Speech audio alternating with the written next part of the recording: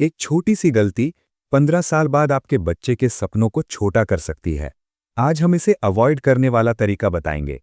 दोस्तों, इस वीडियो में आप जानेंगे एसबीआई चिल्ड्रंस बेनिफिट फंड क्या है, एसआईपी और लमसम कैसे काम करता है, FD versus child mutual fund का कंपैरिजन, चाइल्ड म्यूचुअल फंड में इन्वेस्टमेंट कैसे करें, टैक्स, रिटर्न्स और कॉमन मिस्टेक्स, लास्ट में एचडीएफसी चाइल्ड प्लान का ऑल्टरनेटिव ऑप्शन। तो दोस्तों, वीडियो को एंड तक जरूर देखिए, क्योंकि इसमें आपको चाइल्ड इन्वेस्टमेंट का पूरा प्रोसेस आज क्लियर हो जाएगा।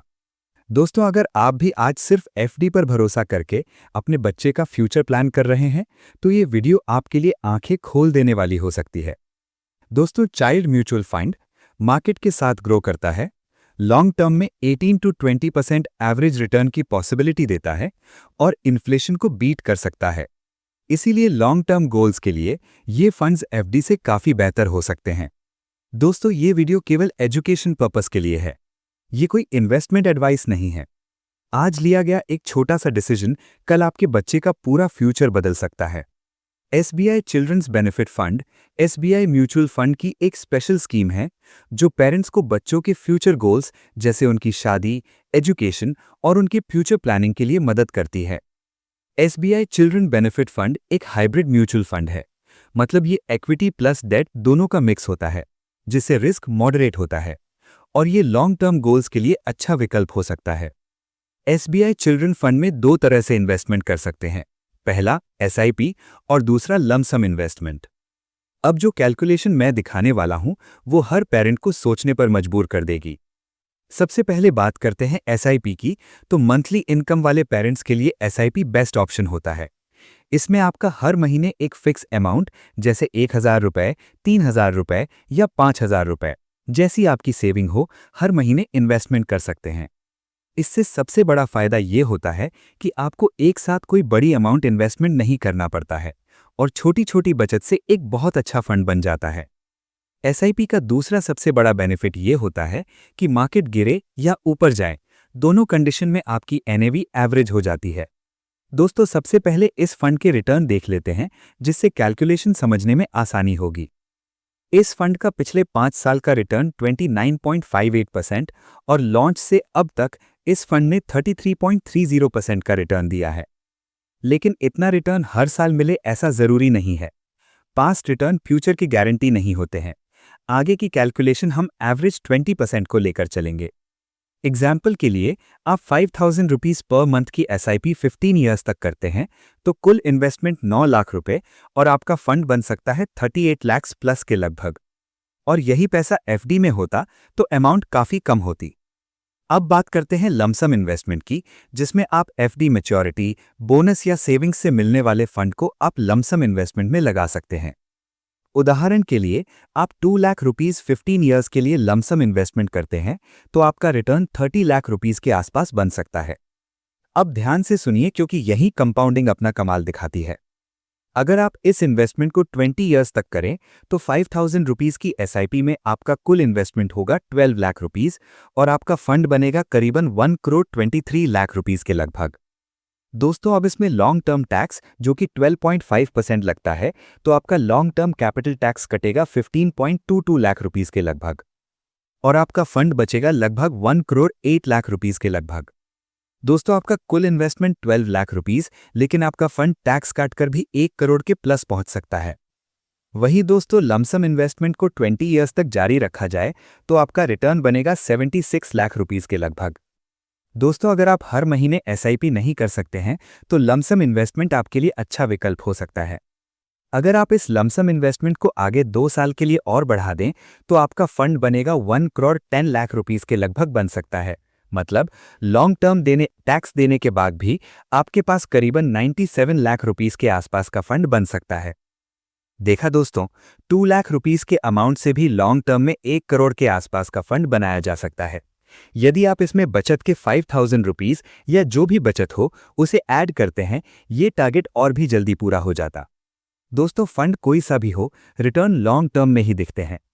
दोस्तों, पास्ट रिटर्न फ्यूचर गारंटी नहीं होते हैं। ये वीडियो केवल एजुकेशन पर्पस और समझाने के लिए है। अब इन्वेस्टमेंट के सबसे अच्छे तरीके की बात करते हैं और सबसे बेस्ट स्ट्रैटेजी ये होती है कि मंथली एसआईपी कंटिन्यू रखें। जब एफडी मैच्योर हो या कहीं से कोई एक्स्ट्रा पैसा मिले तो उसे लमसम में ऐड करें। इससे रिटर्न्स बेहतर हो सकते हैं और गोल जल्दी अचीव होता है।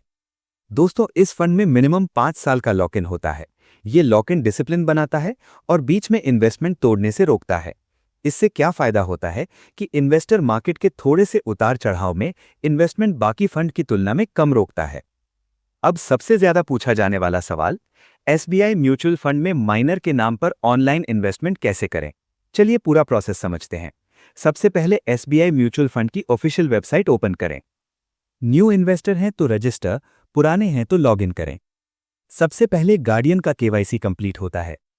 गार्डियन का पैन, मोबाइल और ईमेल वेरिफिकेशन और आधार बेस्ड केवाईसी कंप्लीट करें। केवाईसी के बिना इन्वेस्टमेंट आगे नहीं बढ़ता। दोस्तों, इन्वेस्टर टाइप सिलेक्ट करें और ज्यादातर इन्वेस्टर्स सबसे ज्यादा गलती यहीं करते हैं। इन्वेस्टर टाइप में 2 ऑप्शन आते हैं, इंडिविजुअल और माइनर। बच्चे के लिए इन्वेस्टमेंट कर रहे हैं तो माइनर ऑप्शन ही सिलेक्ट करना है।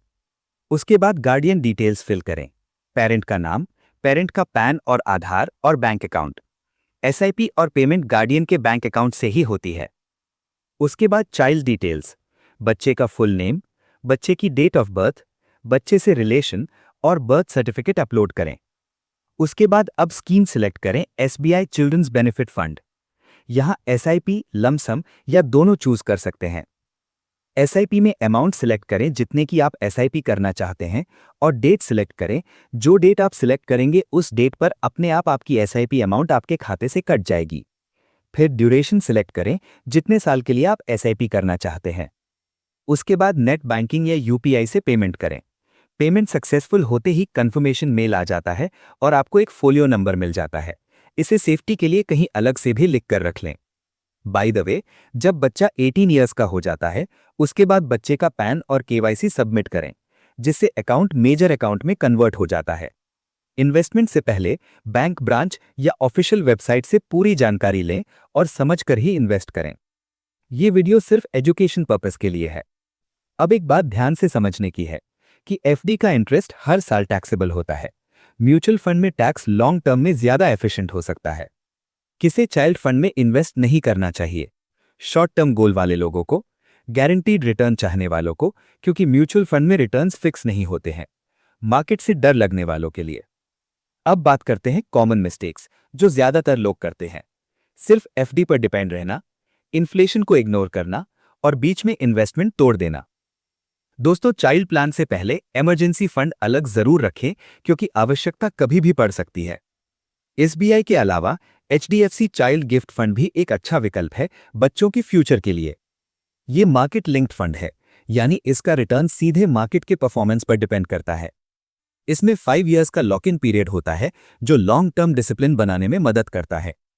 आप इसमें एसआईपी और लमसम दोनों तरह से निवेश कर सकते हैं, जिससे मंथली सेविंग या एक्स्ट्रा फंड दोनों के हिसाब से इन्वेस्टमेंट करना आसान हो जाता है।